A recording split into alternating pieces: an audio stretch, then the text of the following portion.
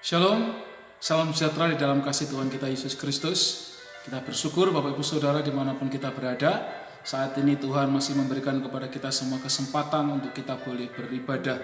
Kita bersama-sama boleh memuji, menyembah dan mengagungkan nama Tuhan. Dan pada hari ini kita akan bersama-sama kembali lagi belajar kebenaran firman Tuhan. Namun sebelumnya mari kita bersama-sama tundukkan kepala kita bersatu di dalam doa. Tuhan Bapa kami yang ada dalam kerajaan surga, kami bersyukur atas anugerah yang Tuhan berikan kepada kami berupa kesehatan, kekuatan, perlindungan. Kami berterima kasih untuk waktu demi waktu yang boleh kami lalui, di mana Tuhan senantiasa beserta kami dan melindungi kami, memberkati kami. Terima kasih Tuhan, kami sudah memuji dan menyembah Tuhan. Sebentar kami akan mendengarkan firman Tuhan. Kami rindu Roh Kudus-Mu memberikan kepada kami semua kemampuan. Roh Kudus-Mu memberikan kepada kami semua kuasa.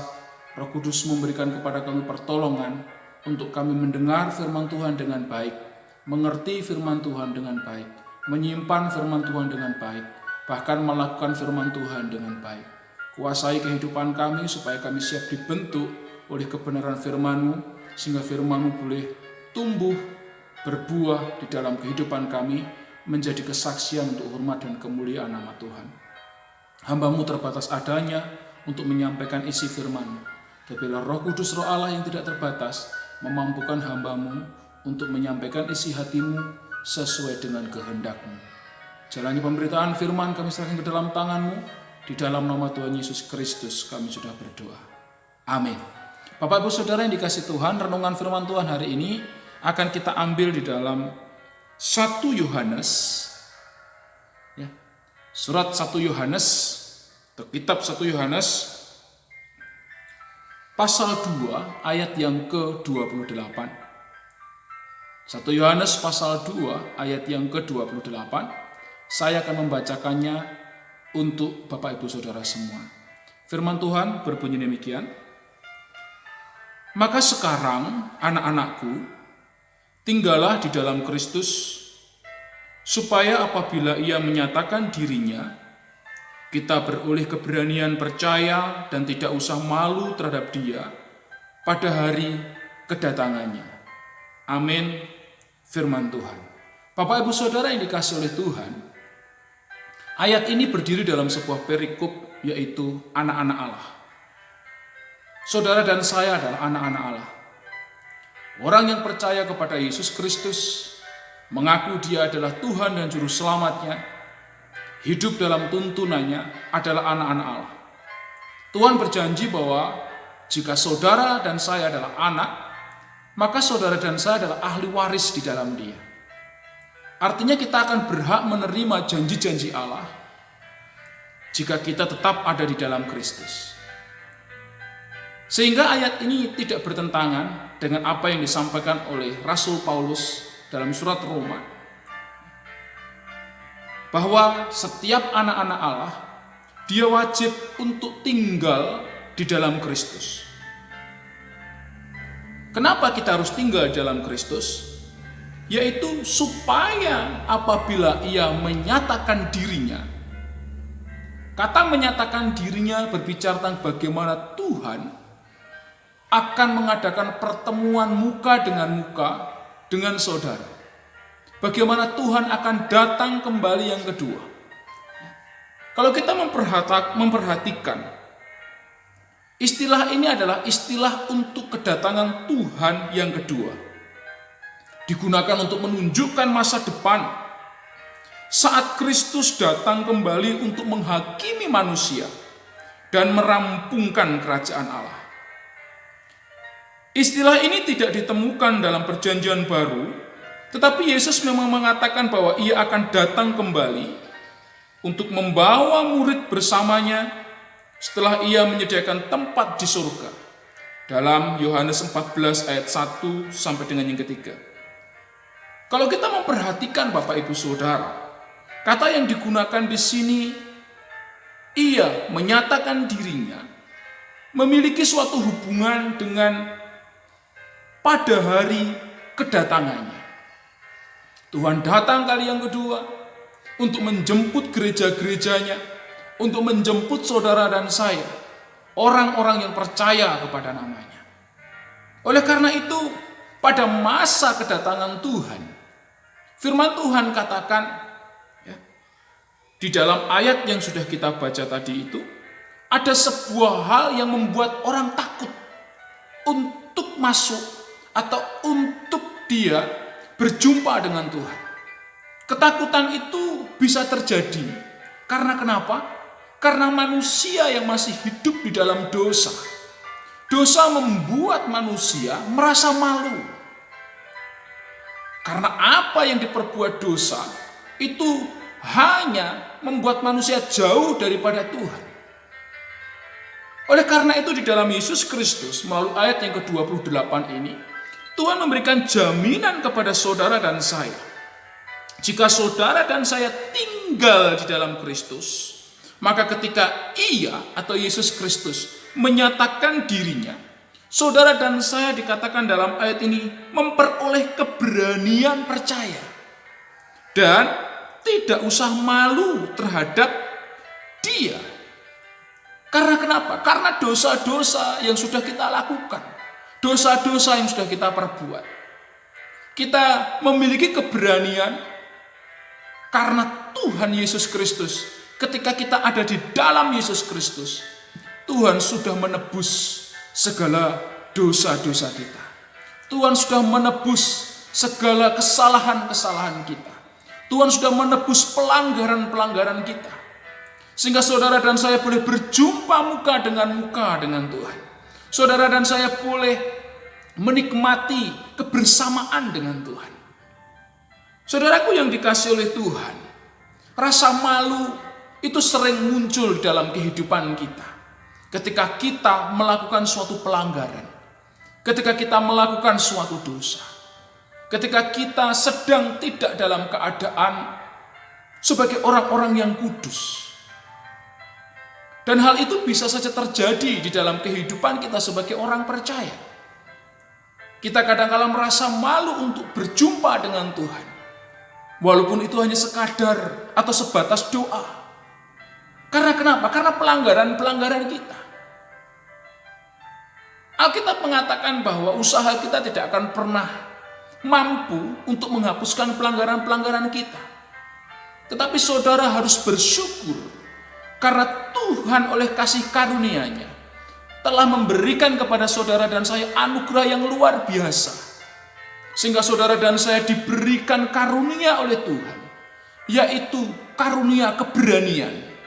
Keberanian untuk percaya.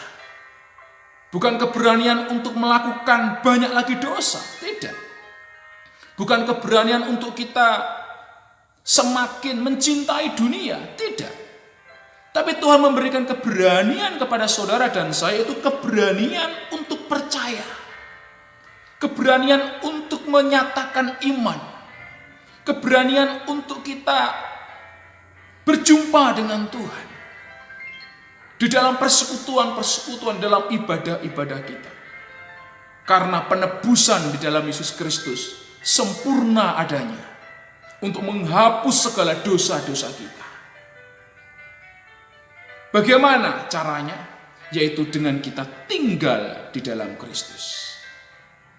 Jika demikian, apakah itu tinggal di dalam Kristus? Karena di sini tinggal di dalam Kristus adalah ciri daripada anak-anak Allah. Tinggal di dalam Kristus adalah ciri utama dari kita hidup sebagai anak-anak Allah. Banyak orang Kristen mengaku dirinya anak-anak Allah. Tapi jika orang Kristen itu tidak tinggal di dalam Kristus, maka dia belum benar-benar anak-anak Allah. Banyak orang Kristen juga mengaku dia adalah anak-anak Allah. Tetapi pada kenyataannya, ketika orang Kristen itu tidak melakukan kehendak Allah, maka sebenarnya dia bukan benar-benar anak-anak Allah. Beberapa hari yang lalu saya mendapatkan pertanyaan dari jemaat. Dia bertanya kepada saya, "Pak Pendeta, apakah ciri orang beriman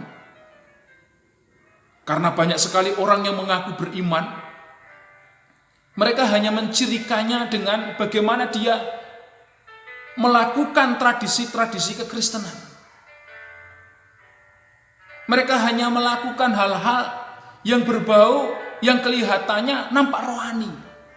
Satu contoh, orang mengukur iman mereka hanya karena mereka bisa melayani.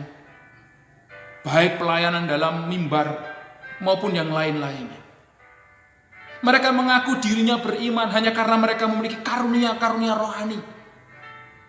Saya katakan kepada Bapak ini yang bertanya kepada saya, ciri daripada orang yang beriman adalah setia. Sama halnya dengan orang berumah tangga. Firman Tuhan katakan apa yang dipersatukan oleh Allah tidak boleh diceraikan oleh manusia.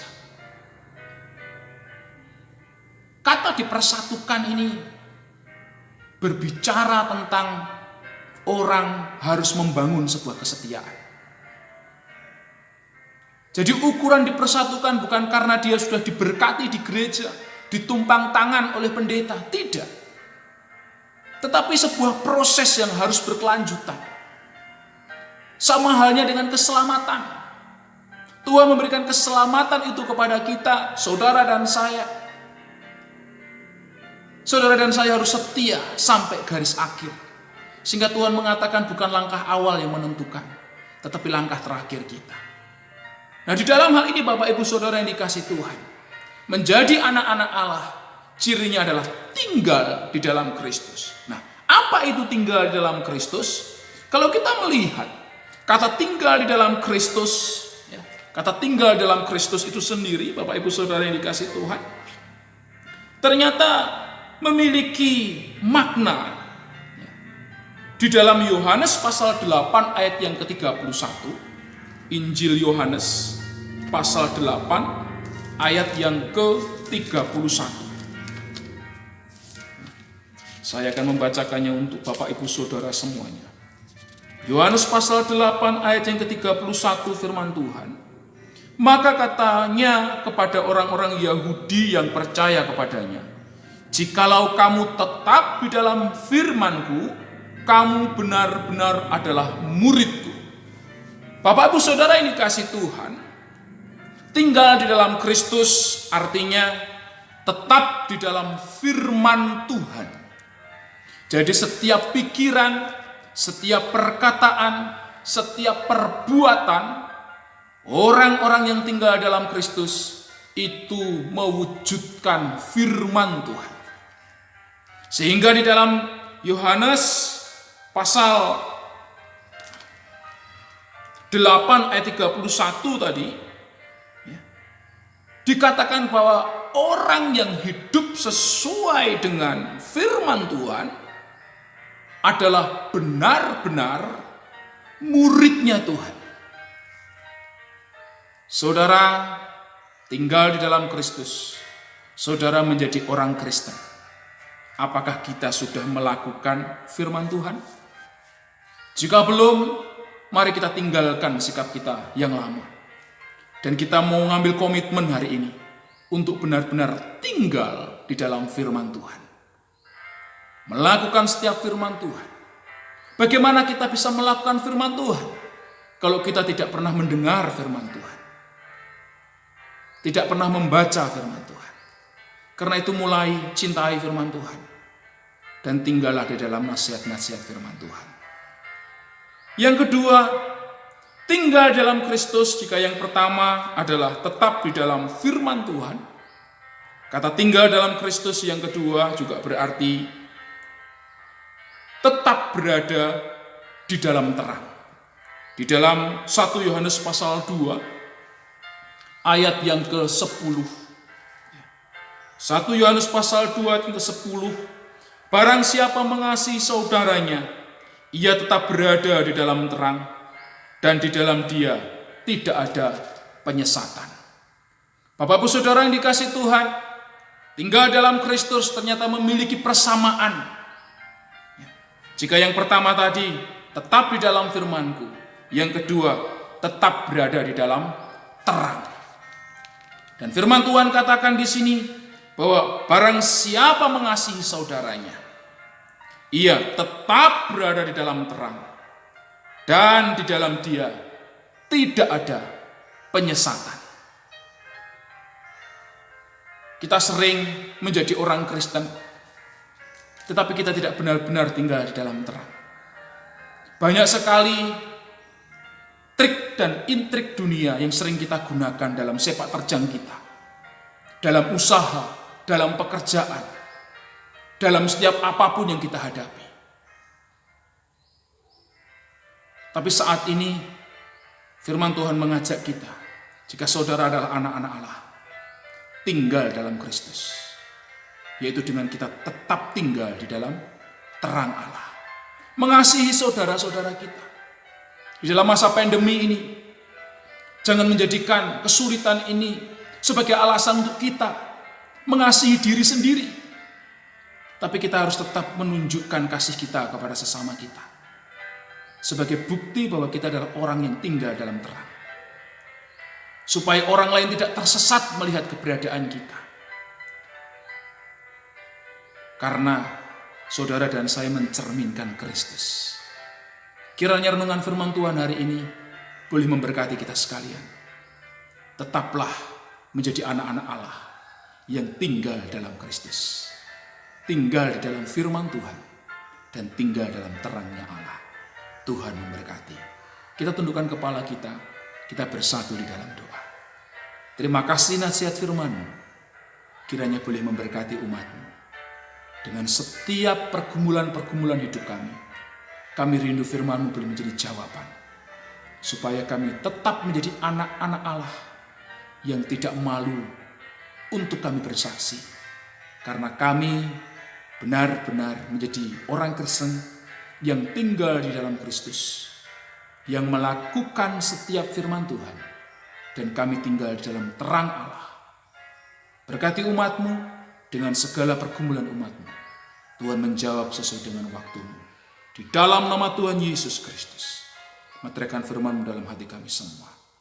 Biarlah berkat rahmat daripada Allah Bapa, Putra dan Roh Kudus memberkati kami sekalian. Di dalam nama Tuhan Yesus Kristus kami sudah berdoa. Haleluya. Amin. Tuhan Yesus memberkati kita sekalian, Bapak Ibu Saudara. Selamat hari Minggu. Amin.